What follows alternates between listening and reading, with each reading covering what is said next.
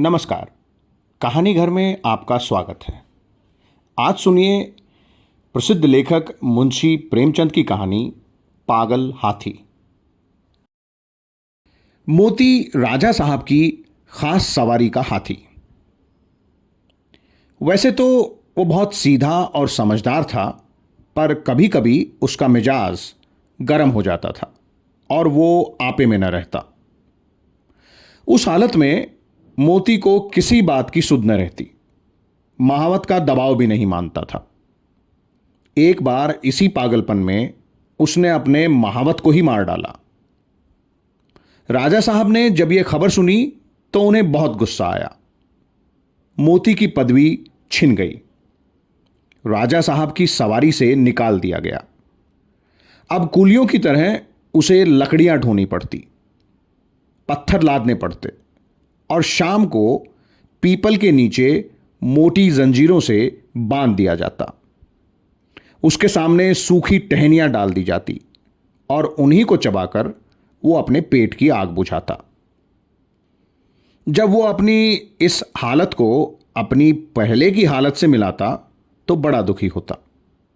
वो सोचता, कहां मैं राजा का सबसे प्यारा हाथी था और कहां आज मामूली मजदूर हूं।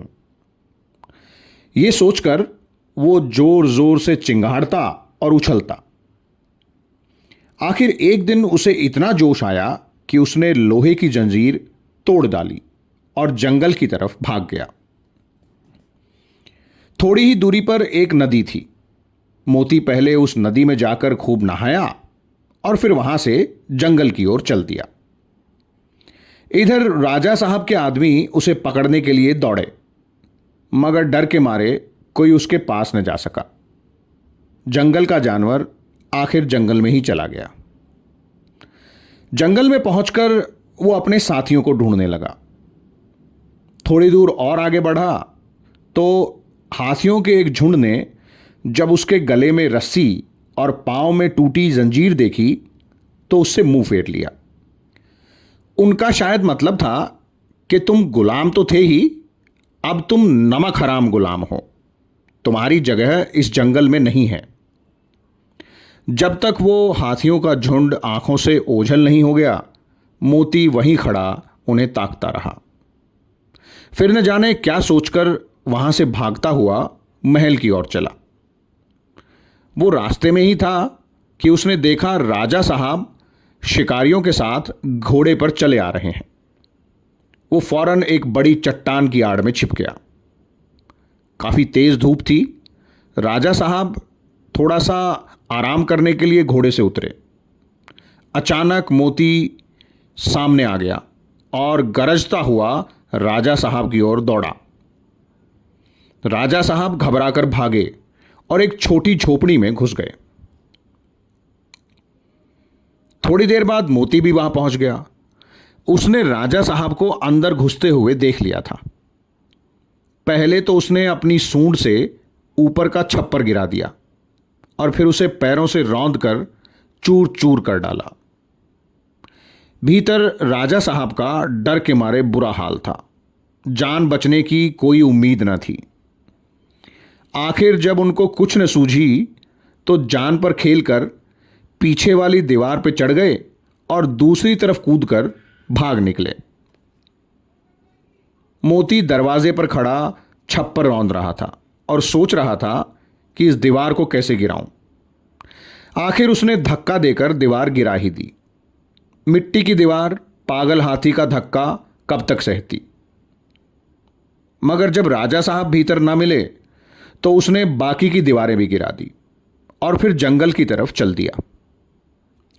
घर लौटकर राजा साहब ने ढिंडोरा पिटवा दिया कि जो आदमी मोती को जीवित पकड़कर लाएगा उसे 1000 रुपया इनाम दिया जाएगा। कई आदमी इनाम के लालच में उसे पकड़ने के लिए जंगल में गए, लेकिन उनमें से एक भी वापस नहीं लौटा। इधर मोती के पुराने महावत का एक लड़का था। उसका नाम था मुरली। अभी वो 8-9 साल का ही था, इसलिए राजा साहब दया करके उसे और उसकी मां को खाने पहनने के लिए कुछ खर्चा पानी दे दिया करते थे। मुरली था तो छोटा बच्चा, पर हिम्मत का धनी था। वो कमर बांधकर मोती को पकड़कर लाने के लिए तैयार हो गया। मां ने बहुत समझाया, बाकी लोगों ने भी मना किया, लेकिन उसने किसी की भी एक न सुनी और चल दिया जंगल की ओर। जंगल में गौर से इधर उधर देखने लगा।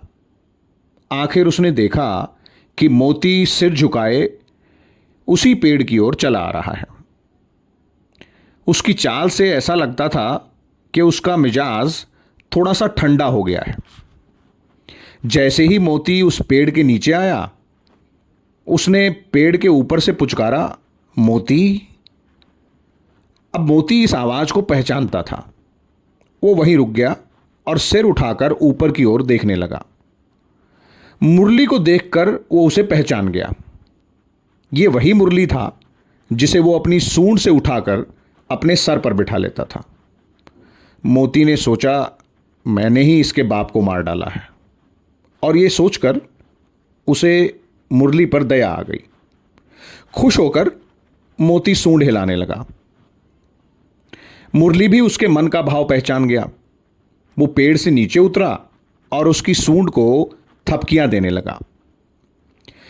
फिर मुरली ने मोती को बैठने का इशारा किया, लेकिन मोती बैठा नहीं। उसने मुरली को अपनी सूंड से उठाकर पहले ही की तरह अपने सर पर बिठा लिया और चल पड़ा राजमहल की ओर। मुरली जब मोती को लिए राजमहल के द्वार पर पहुंचा तो सबने अपने दांतों तले उंगली दबा ली। किसी की भी हिम्मत नहीं हो रही थी कि वो मोती के पास जाए। मुरली ने चिल्लाकर कहा, अरे डरो मत, अब मोती बिल्कुल सीधा हो गया है, अब वो किसी को कुछ नहीं कहेगा। अब राजा साहब भी डरते डरते मोती के सामने आए। उन्हें थोड़ा अचंभा हुआ कि ये वही पागल मोती अब गाय की तरह सीधा कैसे हो गया। खैर, उन्होंने मुरली को 1000 रुपये का इनाम दिया और उसे अपना खास महावत भी बना लिया। इसके बाद मोती एक बार फिर से राजा साहब का सबसे प्यारा हाथी बन गया। आप सुन रहे थे प्रसिद्ध लेखक मुंशी प्रेमचंद की कहानी पागल हाथी। ऐसी ही और रचनाओं के लिए जुड़े रहिए कहानी घर के साथ। नमस्कार, धन्यवाद।